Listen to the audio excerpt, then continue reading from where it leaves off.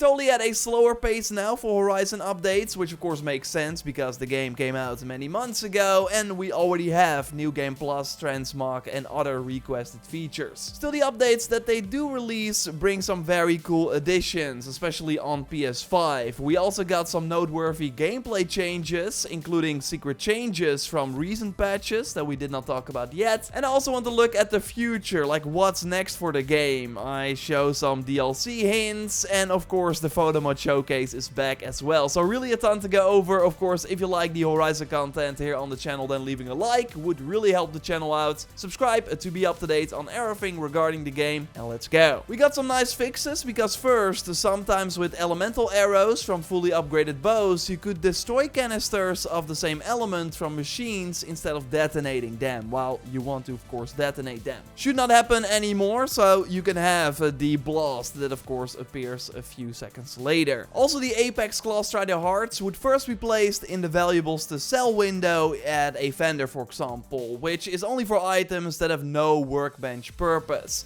And at first this was the case, there was no weapon that needed this component, but it's now required for the Deviant Spike Thrower that is exclusive to New Game Plus. So with this brand new patch, they put the Apex Claw Strider heart under gear upgrade resources. Also exclusive to New Game Plus is the Erif's Downfall, a brand new sharpshot bow, and we by the way went over all the recently added weapons in a previous video that I will link to in the video description. And in that video, going over the new legendary weapons, we also mentioned that the elite precision arrows that are exclusive to this sharpshot bow do not work on frozen targets, with the damage being actually lower on the same weak point as when you hit the machine that is not in the so-called brittle state. Well, you guessed it, with this 1.17 update, they fixed it, making these arrows even more powerful, as they always should have been, but they're still of course way more expensive than the advanced precision arrows you also find on this new legendary bow. Also of course recently added was ultra hard, and first when you pick this difficulty when starting a brand new game or going for a New Game Plus run, it would say that you would not be able to change the difficulty until you complete the game. This never worked, and it turns out that that was always the intent, because if you select ultra hard after installing this new update, they just say that you are not able to change the difficulty or adjust any difficulty settings related to it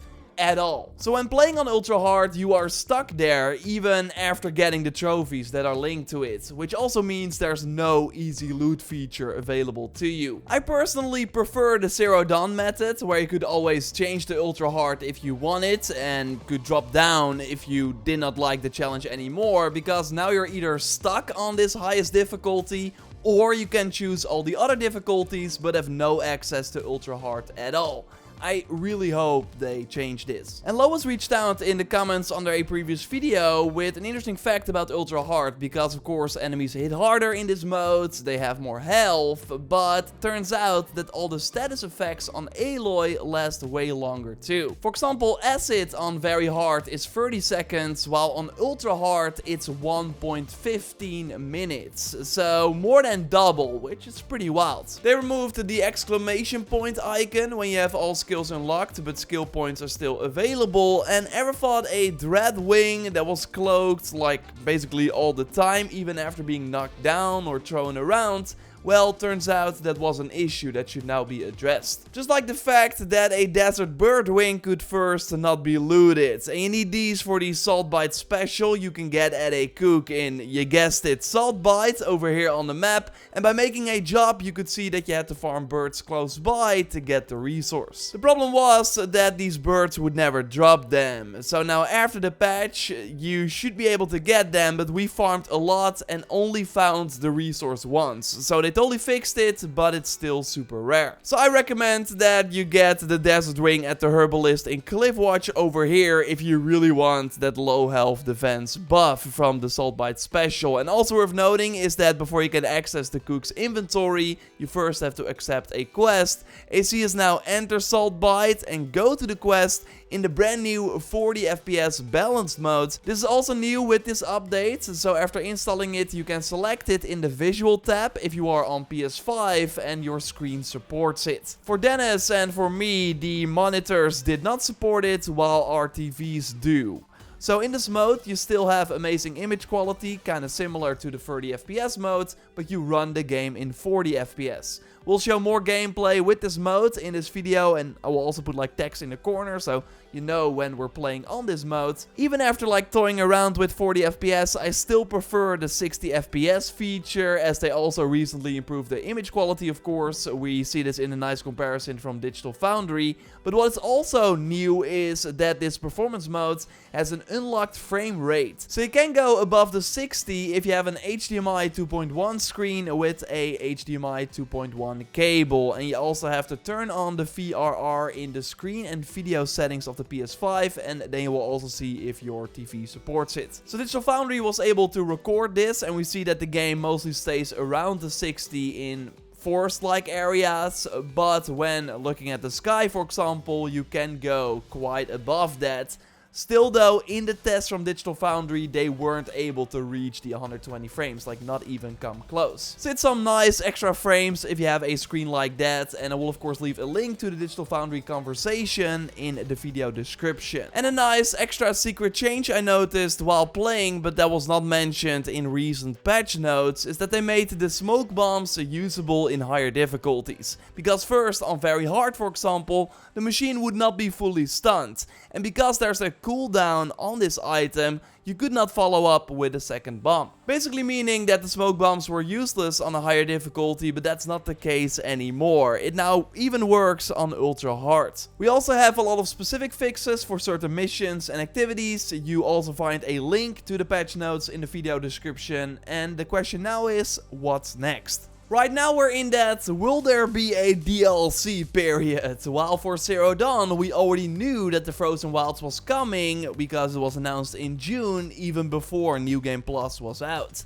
Zero Dawn also came out a few weeks later in the year than Forbidden West, with Frozen Wilds launching November 7th, 2017. And in December 2017 they put out the Complete Edition, which as you can see included the base game, Frozen Wilds, and also the 2 Deluxe Edition armor sets that are way cooler and unique, by the way, than what we got in Forbidden West, where they're just recolors of some endgame outfits. So yeah, the point is that I can see something similar happen for Forbidden West. Having a complete edition that they can sell for like $50 around Christmas is of course great, because a ton of people around that time will be picking up a PS5.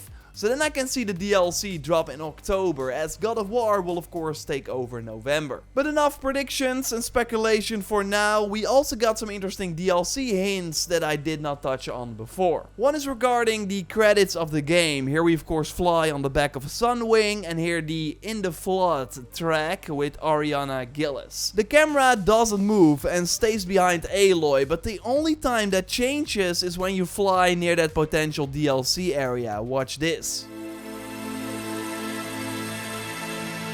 The music also becomes a bit darker, and they basically like focus on this potential DLC entrance, and then the camera goes behind the machine again, and this stays that way during the rest of the credits. I think this might be a subtle tease, because that is the area we discussed a couple of times before, most notably in our Burning Shores DLC entrance video that I will link to in the video description. You of course find that area right here. I think too many things are lining up right now, and I also still hope that the inaccessible area near Hollow Rock is something we can go to as well. Showed you the potential road a couple of times before, just like the potential playable area, and now we have Will Jackson reach out on Twitter saying that he could make a road on the map here by putting down the flag, and Joyce was able to recreate this in her game. So still think, and I hope that we see something here in the future. Of course, when we know more, I will let you know here. Last year at Gamescom we had the Forbidden West release date announcement, and there they also announced the Horizon Zero Dawn 60 FPS patch.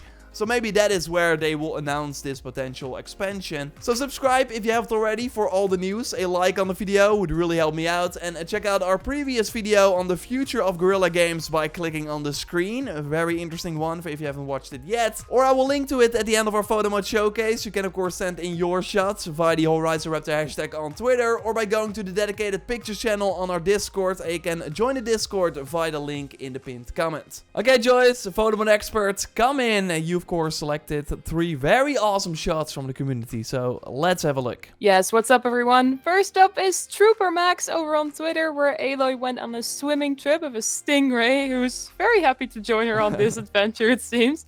I also love the detail of her touching the skin with the top of her hand. Next is Rob Ladder, where Aloy encounters 2 Tremor Tusks. One of them she has overridden already. They are ready to fight, looking at the hostile one, but Aloy seems to keep them away from each other. I wonder why. This is really cool. It kind of looks underwater in a way as well. Like Yeah. an aquarium or something, and Aloy's just watching. I think it's a really cool shot. Yeah. And my favorite of the 3 is from Broby1 Kenobi. I mean, this action shot is absolutely amazing, with the arrow stuck in the enemy's eye, and Aloy is about to finish them off while being surrounded by a wave of fire. I'm really in love with the timing of this. Well done. Getting kind of Ghost of Tsushima vibes. in a way. Yeah. Super cool. Exactly. So thanks for sharing, and totally keep them coming, because then you will be maybe highlighted in the next video. Of course, subscribe and check out that previous video on the future of Guerrilla Games, the potential second project, and way more by clicking on the screen. We will speak to you soon. Goodbye.